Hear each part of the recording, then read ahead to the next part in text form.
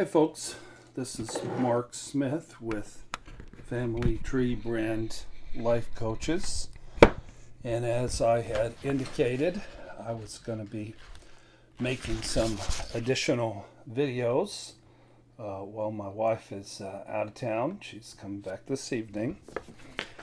So the day before yesterday we talked about these rash of sexual harassment, sexual scandals that's been happening every other day in our culture. Today, we're going to talk about a garden variety affair. And really, we're talking about the consequences of a garden variety affair. If you don't get in recovery and your spouse isn't in recovery, then really bad stuff can happen. So, this is taken from a blog I wrote back in 2009, and I've updated it to be more current. To be honest, I'm hoping that this video helps to elicit a little bit of fear, healthy fear of the prospect of slipping into inappropriate relationships for anyone, man or woman, who might currently be toying with the idea of having an affair. Affairs just don't happen. You toy with them for months. You might toy with them for years. They don't just happen. Sexual addiction and sexual acting out might just happen, but a garden variety affair is somebody that you've become friends with. You like them, you flirt with them. So this is something that I wrote in 2009. I do not have the writing skills to adequately convey to you the sheer agony, the life-destroying shock, and the core sense of complete betrayal and rejection I've witnessed in my office so many times through the years, as shattered people struggle to deal with the horrifying reality of their spouse's infidelity. 2009, I was living with a fiance who was having sex with another man quite frequently. And so I was being cheated on, but I didn't know it. And but yet I could put those words to it because I'd seen it so many times. You know, I mentioned Tiger Woods and his wife, I think her name is Elin. She grabbed a golf club and smacked him in the head with it. And in our culture, that's okay. If a woman finds out that a man has been, cheating, hundreds and hundreds of times with dozens of women, her whacking him in the head with a golf club seemed appropriate. Nobody questioned it.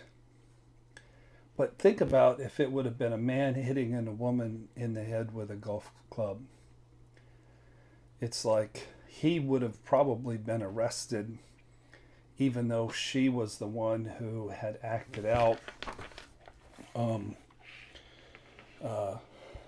I was in shock and had horrible PTSD and did some reactive things when I found out these horrific stories from my fiance, and I didn't experience any negative consequences from those, but I wonder how many men who go postal, it's because they've either found out about an affair or they have experienced horrific shattering and narcissistic abuse by a real piece of work, and they sit back and say, he's the problem, he's an abuser.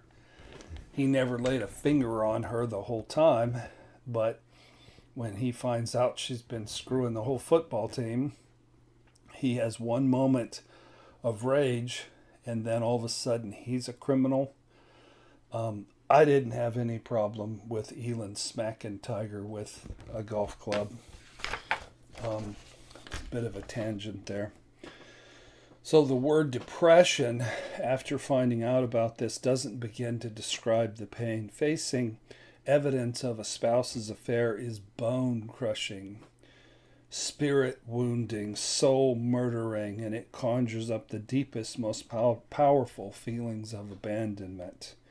You experience many times complex PTSD, pain in your chest, hands that shake, trouble sleeping, thoughts of suicide, panic attacks, erosion of your sense of self, cognitive dissonance, hypervigilance, high blood pressure, nightmares, so many things. Claustrophobia, just constant generalized anxiety, tearfulness. Of course, the effect on the children is very profound. A weak moment of crossing the line during a midlife crisis can and frequently does break families apart forever. I don't think that a straying parent has ever had a good answer when asked by the child, why? Why are you packing your bags, Daddy? Why are you leaving us? The loved ones, however, are not the only ones who feel the pain. The acting out partner themselves go through a massive amount of personal pain and self-destruction. Many years ago, I worked with a young man. He was a little bit arrogant. He was good looking, had a pretty wife, but he was having an affair with a beautiful woman at work. But he had suffered greatly. And he told me once, said, if you hate somebody, they're your worst enemy, wish upon them that they would have an affair, because it's a nightmare. So let me go through the 10 consequences or self-destructive experiences that you can go through if you do cross that line. You have to see the person that you love and you married be completely devastated. I was speaking about men who act out sexually in my previous video about Matt Lauer and Tiger Woods and Charlie Rose, but the truth is, from 2005 until 2007, I wasn't a sex addict, and I'm not a narcissist, but I was a relationship addict, and I did act out. I don't have shame about that, because what it was women came along that were just like my mother, and I'd never really worked on my abandonment issues or my interacting with a vicious, narcissistic borderline. And the energy was just too intense. But nonetheless, when my wife found out, and I have such great respect and admiration for my former wife, she's one of the finest people that I've ever known. But 2 days after she found out, she ran a 26.2 mile marathon and had a personal best. That's a tough woman. And during the days following this, she began to lose her hair. She'd get in the shower and lose great clumps of hair because she had so much pain. And you say, Mark, we've gotten to know you as this victim of cheating, and now you tell us you acted out. What I did was this much sexual acting out. What my former fiance, you can't even fill the room, the house, the neighborhood with what she did. She was a porn movie. I was just a needy little boy who was addicted to the drama of borderline women. And my former wife, there was nothing borderline about her. But I'll never forget the painful look on her face. Number two, there's a huge social status change when you move from happily married to recently divorced due to being a cheater. Number three, they frequently,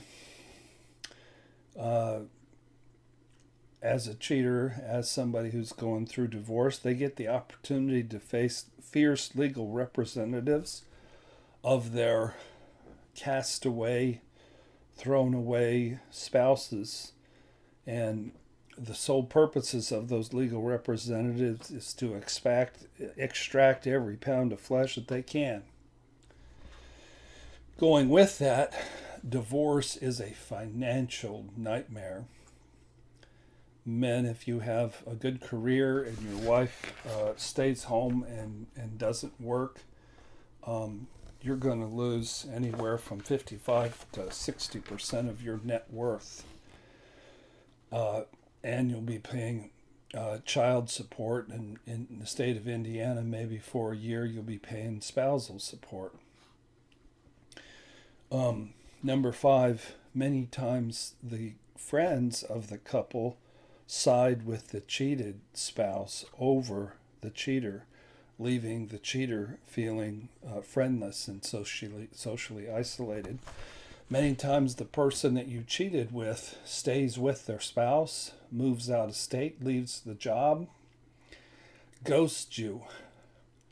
So for a while you had two women, now you got no women. In the case of a man, I know all too well that women have affairs.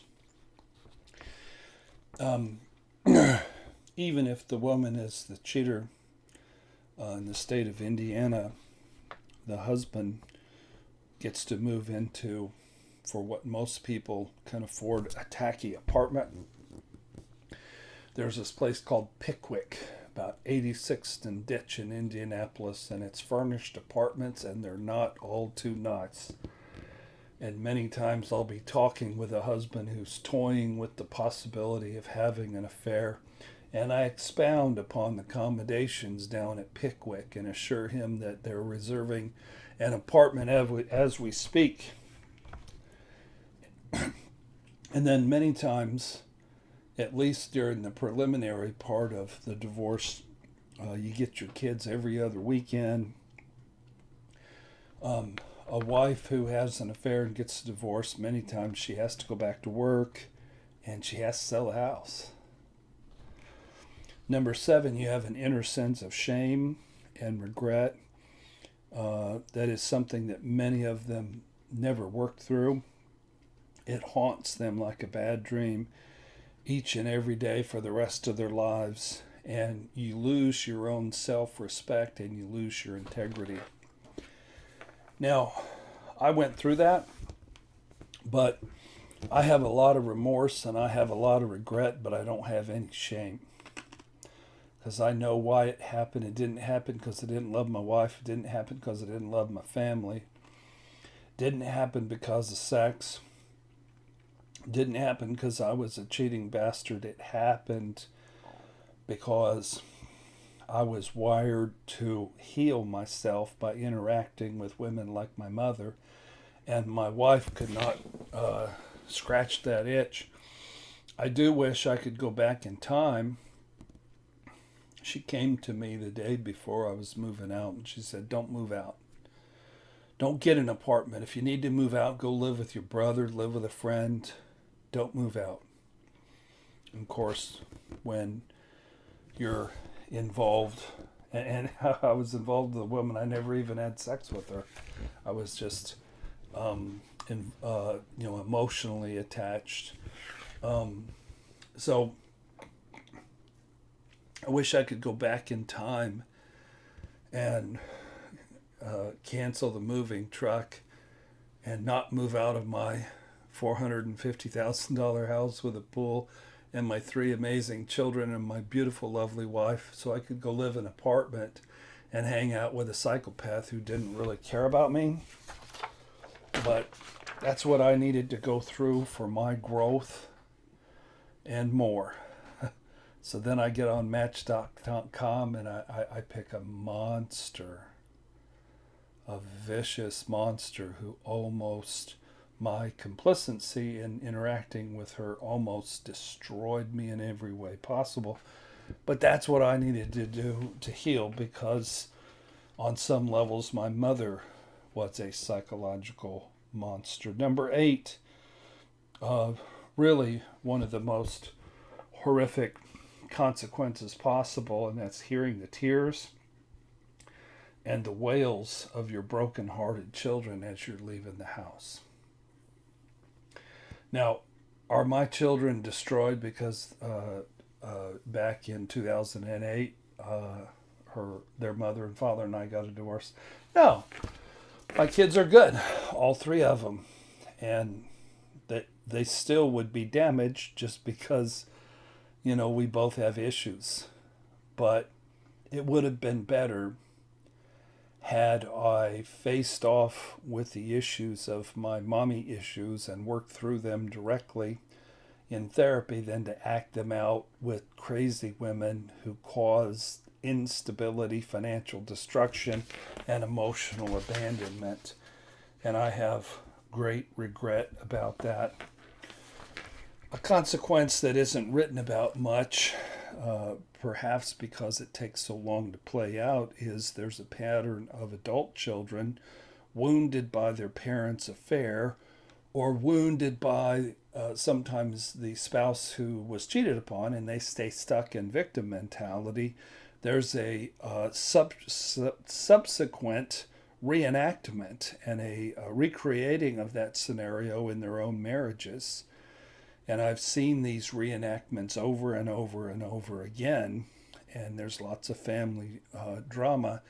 And if you're abandoned by your father and he runs off with the secretary, and your mom's victimy and you become mom's caretaker, you're going to grow up and you're either going to run away from your family and have an affair, or you're going to be a broken woman's caretaker, or you're going to be one who was abandoned and cheated upon. And number 10, it sure does complicate the holidays and the long-term relationship with your children and with your grandchildren. I just discovered that my ex-wife is engaged, and I'm thrilled with that. She's dating a very nice fellow who treats her well, who doesn't have the instability and the brokenness that I have. And we have a wonderful relationship, and we often get together, even with Renda and my former wife and the kids, and even with her boyfriend. And it doesn't bother me a bit. I'm thrilled that he came along and manned up and took care of my former wife and made her happy, because I was tied up in my illness and I could not do it. So I'm very happy for her, and I'm happy, of course, to be married to Renda. Affairs result in untold amounts of pain and torture and anguish for all concerned over the course of many generations. My nephew, Nathan, said, "When I found out about you and Aunt Lisa, that was the turning point for me. That's when I realized the world was not a safe place." It just isn't natural for a family to break up. It wasn't meant to be. Families are meant to stay together. They're meant to love each other, and they're meant to have stability until forever. That's God's plan A. And any fleeting moment of emotional connection or sexual highs are never even close to being worth to all the pain and all the destruction that happens by acting out in that way. So Hey, if you got a crush on somebody at work, Barney Fife, I've been watching some Andy Griffith show. He says, nip it in the bud. Sometimes people quote him and say he's nipping it in the butt. He's not nipping it in the butt, he's nipping it in the bud. And if somebody flirts with you, get cold, get distant, get uninterested, walk away, build a wall of protection around your heart and build a wall of protection. A couple of these women I've met, and within seconds, back in 2005 to 2007, I knew I was in trouble. And I haven't had that problem since 2007. But if I did, I would cease any contact with them, because I'm a married man, a happily married man, and I'm not going to put anything in my life that will jeopardize the blessing and the stability and the connectedness and the emotional intimacy of my relationship with my wife, Brenda. So don't cheat. Nip it in the bud. Run. In the Bible, it doesn't say, it's cautioning the wayward husband against, the adulterous woman. And it doesn't say, watch out for them hot chicks. It says, watch out for flattering lips. It's the woman who bats her eyes, laughs at your jokes, and flirts with you that's going to get you. And don't view her as somebody to make you happy, as somebody who is the answer. Pardon my language. She's just the bitch that's going to cause you to lose your home and lose time with your children, and you lose your retirement fund. Pardon for the French, but she's not your friend. She's your enemy. She's there to tear you down. She may help you get some work done, but there's better ways to get work done on your family of origin issues than sticking a spear in your own heart and emptying out your bank accounts and turning your back on your children. If you haven't joined our YouTube channel, please subscribe. Also, I do have a book on I think it's called the Secret of Saving Your Marriage After an Affair, and it goes into the paradigm shift that I've seen work, where you move the cheated upon spouse away from victim mentality, and both people get busy healing their family of origin issues.